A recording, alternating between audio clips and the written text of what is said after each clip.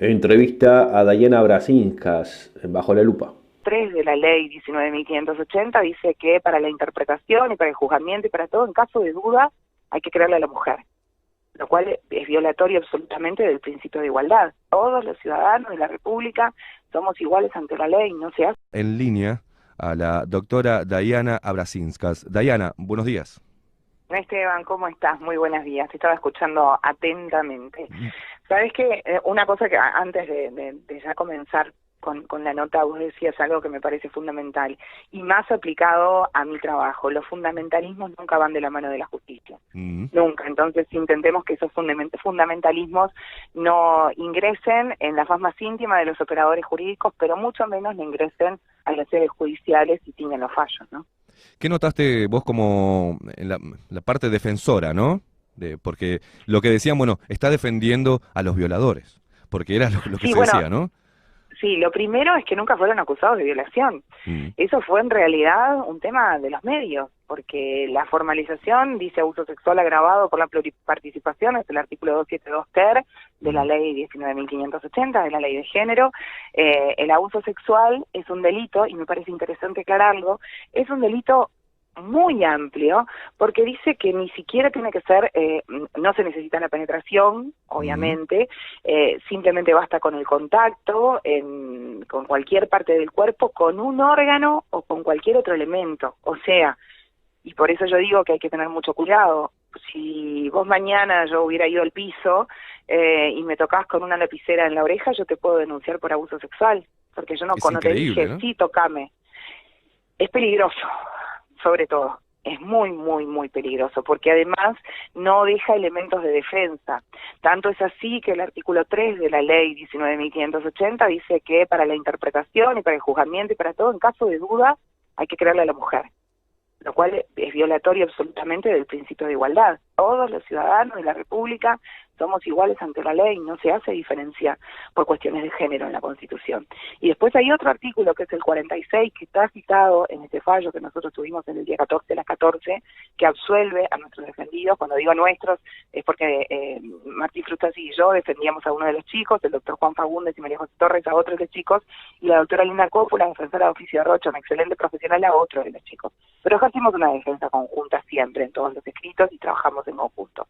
Te decía del artículo 46, dice que el silencio, la falta de resistencia o la historia sexual previa o posterior de la víctima, en eso estoy absolutamente de acuerdo, que la historia sexual de ninguna manera puede ser un justificativo, pero el silencio y la falta de resistencia no deben ser valorados como demostración de aceptación o consentimiento de la conducta.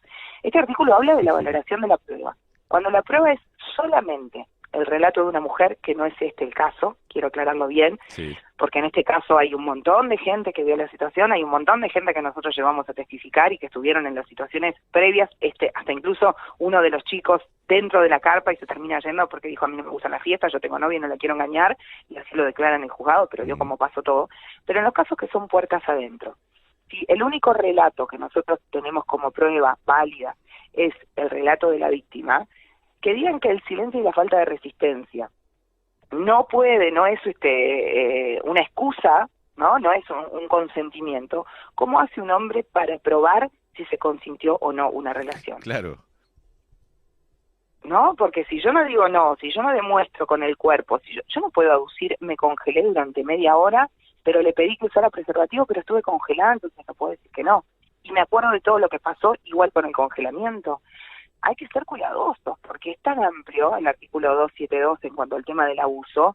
Nosotros los abogados decimos en los últimos tiempos que vamos a empezar a hacer libretitas en donde se le haga a cada mujer firmar un consentimiento. Bueno, yo de 10 a 12 doy un consentimiento general para poder mantener relaciones sexuales.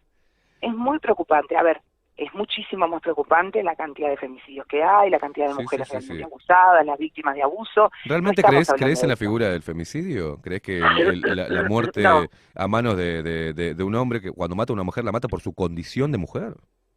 Bueno, no, es ser que sí. A ver, sí, estoy segura que muchísimos enfermos de la cabeza matan por su condición de mujer. Muchísimos que fueron criados entendiendo que las mujeres somos su propiedad y no somos seres independientes y con nuestros propios derechos matan por ser mujer. No creo en la figura del femicidio porque todos sabemos, quienes tenemos una mínima noción de derecho y pisamos la facultad, que eso es derecho penal simbólico, porque en realidad ya estaba el agravante del homicidio por ser mujer. Se le buscó un nombre para que tuviera un impacto mediático, para que creara un impacto en la sociedad, pero en realidad la agravante ya estaba creada antes y también es peligroso cuando se hace derecho penal simbólico, porque el derecho penal es el único que puede sacarle uno de los elementos más preciados, de los derechos más preciados que tenemos los individuos, que es la libertad. Entonces, para quitarle a alguien la libertad, el derecho penal se tiene que ejercer con la absoluta seriedad y siendo muy riguroso en los delitos.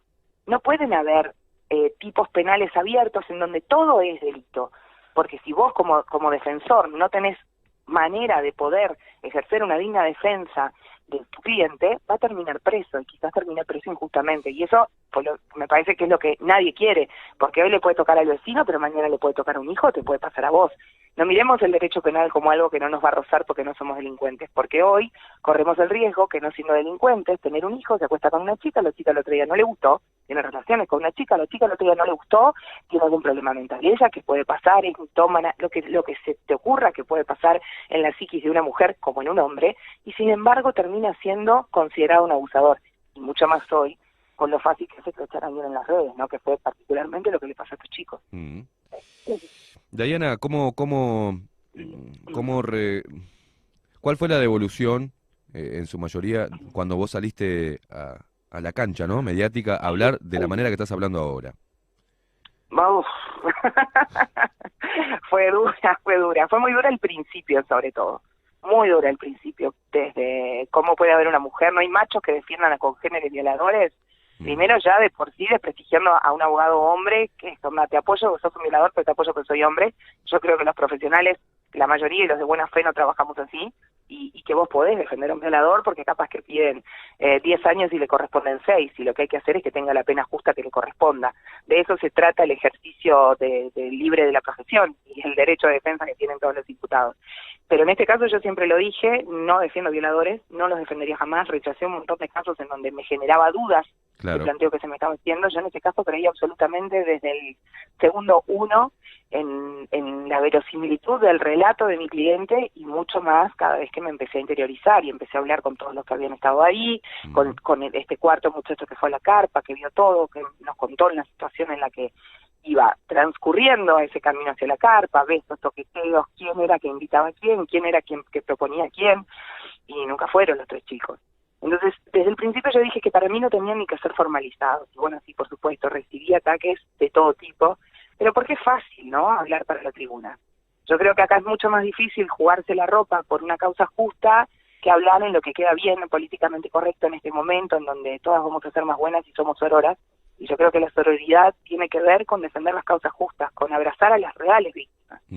Y con tratar de no exponer en juicios de 1 año y medio, por ejemplo, a chicas que se pueden haber equivocado, que quizás que dijeron una cosa pensando que no iba a trascender, a su compañera, a su novia, a su amiga, no sé, no importa, y después todo eso terminó en una bola de nieve que no se pudo frenar.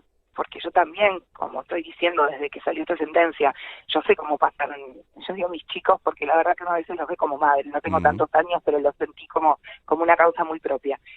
Cómo lo vivieron ellos, cómo la pasaron ellos este tiempo sin trabajar, porque todo el mundo sabía que estaban en un juicio por violación, porque eso decían los medios, pero también supongo que para ella debe haber sido un calvario este año y medio. Un calvario, porque mucha gente sabe quién es, más allá de que ella no dio la cara públicamente, pero en el barrio se conoce, amigos que te conocen, algunos que pueden estar de acuerdo y otros que no. Yo supongo que para nadie debe haber sido fácil. Entonces por eso digo, abracemos a las verdaderas víctimas y tratemos, que a mí es lo que me preocupa, de que cuando se llega al sistema judicial haya herramientas para saber que ese relato de la víctima es verosímil. Si realmente está no sé en qué parte me quedé, sé que me quedé hablando sola en un momento, muy entusiasmada con mi relato, y escuché que del otro lado había un gran silencio. Muchas gracias por estos minutos. Mirá, nos queda muy poquito tiempo, estoy apretado, pero me gustaría tocar, bueno, en este caso, ¿no?, lo que vos decías de lo peligroso que es, bueno, empezar como es culpable hasta que se demuestre lo contrario, cuando tendría que ser al revés, ¿no? Es inocente hasta que Es se demuestre su culpabilidad. Pero, ¿qué pasa también mucho? Déjame decirte algo cortito. ¿Sabes qué es lo peor? Que dentro de los juzgados pasa lo mismo. Fiscalía es la que nos exige a nosotros demostrar la inocencia en lugar de ellos buscar las pruebas para la culpabilidad. Se invierte la carga de la prueba en los juicios de perfil de género. Es preocupante, de verdad. Es preocupante. Y preocupante porque yo me imagino una víctima en la casa mirando algo que ve que no está haciéndose bien y dice, pero y pensar que mi juicio está dando vueltas o que están ocupando tiempo con esto que claramente es una mentira, pero debe ser muy feo también. Entonces protejamos a las víctimas reales. Hablando de víctimas reales, Dayana, acá me mandan muchos mensajes también, padres, que son alejados de los hijos por esto de creerle a la mujer que el padre es X o tal cosa, y la justicia ampara a la mujer, separa al padre, es mucho lo ve más como, grave todavía. Y queda en el medio el niño, ¿no? Mucho más grave. Yo tengo, no te miento, 5 o 6 casos de situaciones así, en donde los niños no relatan nada, tengo de diferentes edades, ¿no? Desde una nena de 1 año y medio hasta niños de 7, 8 años, en donde ellos no relatan prácticamente nada, y por el relato de la madre, las pericias, según lo que cuenta la madre, por ejemplo, la niña empezó a orinar en el pasto, o la niña dice que la pata flaca, no sé qué, haciendo alusión, por supuesto, al miembro viril masculino, ¿no? Sí. Pero se utilizan técnicas con las niñas no tienen conductas sexualizadas, sin embargo, basta el relato de la madre para separar al padre de esa criatura. También es jodido, y hay padres que hace 2 años, otros que hace 6 años que no ven a sus hijos, con madres que han desoído los dictámenes judiciales de que sean presentados ante el DAS. Entonces es un organismo en donde una mamá lleva, o un papá, en el caso, lleva a su nene para las visitas vigiladas. Cuando hay algún riesgo, o por lo menos está en un juicio, es el organismo en donde se pueden realizar las visitas. Porque no nos olvidemos que, por supuesto, ni que hablar, las víctimas de abuso tienen daños no irreparables, porque eso sería un error decirlo, pero muy grandes. Pero una niña que se trata de su padre, que escucha un relato dentro de su casa de que fue violada o de que fue abusada, cuando tiene 2 años y lo escucha toda su vida, los daños psicológicos que se le alcanzan a esa criatura, el ser separado de su padre, es muy grave. Realmente es muy grave, y hay muchísimos padres. De hecho, hay muchas organizaciones de papás que están viviendo situaciones como esta, que se han movilizado, que están pidiendo que la justicia sea justa, que no baste con la palabra de la mamá, porque también, como digo siempre, hay mujeres que están muy enfermas, hay hombres que están muy enfermos, que matan mujeres porque las creen su propiedad, pero hay mujeres que están muy enfermas también, porque las enfermedades mentales no exoneran a las mujeres. O sea, no tiene género en realidad. Exactamente. Dayana, pero también vi algunas críticas por las redes sociales hacia vos, que si bien este discurso cae como viniendo de una mujer, en este momento donde parece que la voz de la mujer se hizo una sola, a través de los movimientos feministas, pero por suerte no. Por suerte, es como bueno, un oasis en el desierto, ¿no? Pero muchos te dijeron... Qué triste que sea así, ¿no? Sí, Qué triste que lo que yo digo, que es que se haga justicia nada más y que la justicia sea para todos iguales, sea un oasis. Eso muestra lo preocupante del sistema en el que estamos. Exactamente, pero como que estuviste a favor o defendiendo la parte de la madre y de la niña en el caso María.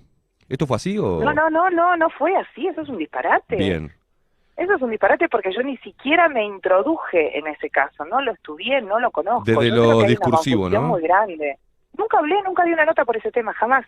Claro. Quien lo hizo fue mi tía, la hermana de mi papá, que está hipervinculada desde toda su vida a los movimientos feministas, y con quien yo estoy en una vereda y ella en otra, en un montón de concepciones ideológicas, y creo que por ahí nació la confusión. Yo no vale la aclaración, puedo tener una opinión formada por eso te pregunto. sobre este tema. A mí que hablan, la verdad que sí, lo que pasa es que me parece tan obvio cuando en las redes me atacan por cosas que yo no dije bueno, infórmense. Yo a esa gente no le respondo directamente, ¿viste? Porque me parece que no podemos seguir fomentando la desinformación en los medios de comunicación, en las redes sociales, para atacar a alguien. Primero esperemos, por lo mínimamente informémonos bien. Y después, en los casos en que tiene que ver con la justicia, ni que hablar, esperando fallos judiciales. Pero yo con el caso María nunca, jamás opiné. Capaz que en algún momento, mira, lo máximo que puedo haber hecho, que ni creo que lo haya hecho, es retuitear alguna información, claro, desde un lugar y de otro, pero no fue un tema que yo estudiara como para poder opinar. Tenía una atrevida, si hiciera lo mismo que critico, que es salir al grito. Bueno, si es mujer y es madre y es una nena, seguro el padre es el culpable. No fui yo para nada. Bueno, no es mi modo de operar. Buena la aclaración. ¿Qué es lo que tenemos que hacer o qué es lo que se debe hacer para invertir esto, cambiar un poco esta visión sobre el hombre es una bestia y todo lo que salga de la boca de una mujer debe ser creído y debe ser apoyado. ¿Qué es lo que tenemos que cambiar? Creo que un gran paso fue que los medios le dieran tiempo a la noticia de la absolución. A mí me llamaban, no te miento, 10, 12 abogados al momento de salir de juicio que se enteraron de la sentencia y me decían, lástima que esto no va a tener la prensa que tuvo decir que los chicos eran violadores. Claro. Y por suerte la tuvo, yo creo que la prensa se hizo eco también, entonces, pues, pero en su labor de informar, ¿no? Si informé de una cosa, después tengo que dar el resultado, pero muchas veces no se hace. Entonces sí salen mujeres a decir no, porque abusó, porque esto, porque aquello, se dan las estadísticas, pero los papás no tienen el espacio para manifestarse y explicar sus situaciones. Entonces lo primero que tenemos que hacer es los medios de comunicación ser responsables también en cómo dar la información, y después creo que los propios operadores jurídicos tenemos que salir a hablar de los problemas con los que nos enfrentamos y de las injusticias que se cometen en el sistema de justicia por estas leyes, porque todo sistema es perfectible, yo no me voy a quedar cruzada de brazos. A mí me dicen, porque vos te arriesgás mucho al hablar de estos temas. Y yo como duermo tranquila si siento que hay gente inocente que está presa, o si tengo defendidos en los que no puedo ejercer mi derecho de defensa por leyes que están para mí mal elaboradas. Dayana, ¿hay ideología en la Fiscalía General? Bueno, no, pero no ha dicho directamente el fiscal de corte. Los juicios tienen que tener un perfil de género. Tener un perfil de género quiere decir tener una ideología. Y para mí tampoco tiene que haber una ideología, porque es como que mañana digan, bueno, ahora van a tener todos perfil de izquierda. Es un reverendo disparate. Y los perfiles de género, depende de qué es. Yo lo entiendo como un avasallamiento de los derechos constitucionales, grave avasallamiento de los derechos constitucionales. De la misma forma que entiendo que si a mí mi hermano grande me pegó toda la vida, yo no lo puedo combatir pegándole, porque termino siendo tan violento como la persona a la que estoy viendo que me ataca y que es un violento. Me parece que las luchas tienen que ser desde otro lugar, y bueno, y que cada uno sepa, ¿no?, lo que tiene que hacer. Obviamente se corren riesgos cuando uno alza la voz en contra de la corriente que hay por estos tiempos, pero yo esa corriente no la apoyo porque creo que es absolutamente injusta. Bienvenida al club. Bueno, ¿sabes qué pasa? Que si sos hombre, sos uno de los más malos. Sí, ahora, soy un machirulo, si sos mujer, claro, vos sos un machirulo, pero igual, te vas a hacer un machirulo aunque no hables porque sos hombre. Pero si sos mujer, lo que estás haciendo es apoyando a los hombres y reivindicando el sistema patriarcal. Y si hay algo con lo que estoy en discrepancia, lo hice toda mi vida desde mi práctica profesional, es no defender el sistema patriarcal, porque soy una convencida de que tenemos que tener igualdad. Esa igualdad en absolutamente todos los lugares. Dentro de los juzgados, ni que hablar. Ni que hablar. Dayana, muchísimas gracias por estos minutos. Sé que estás muy ocupada, mucho laburo, así que se agradece acá bajo la lupa de estos minutos. Esteban, un placer y a las órdenes siempre. Muchísimas gracias. Muchas gracias a vos. Chau, chau.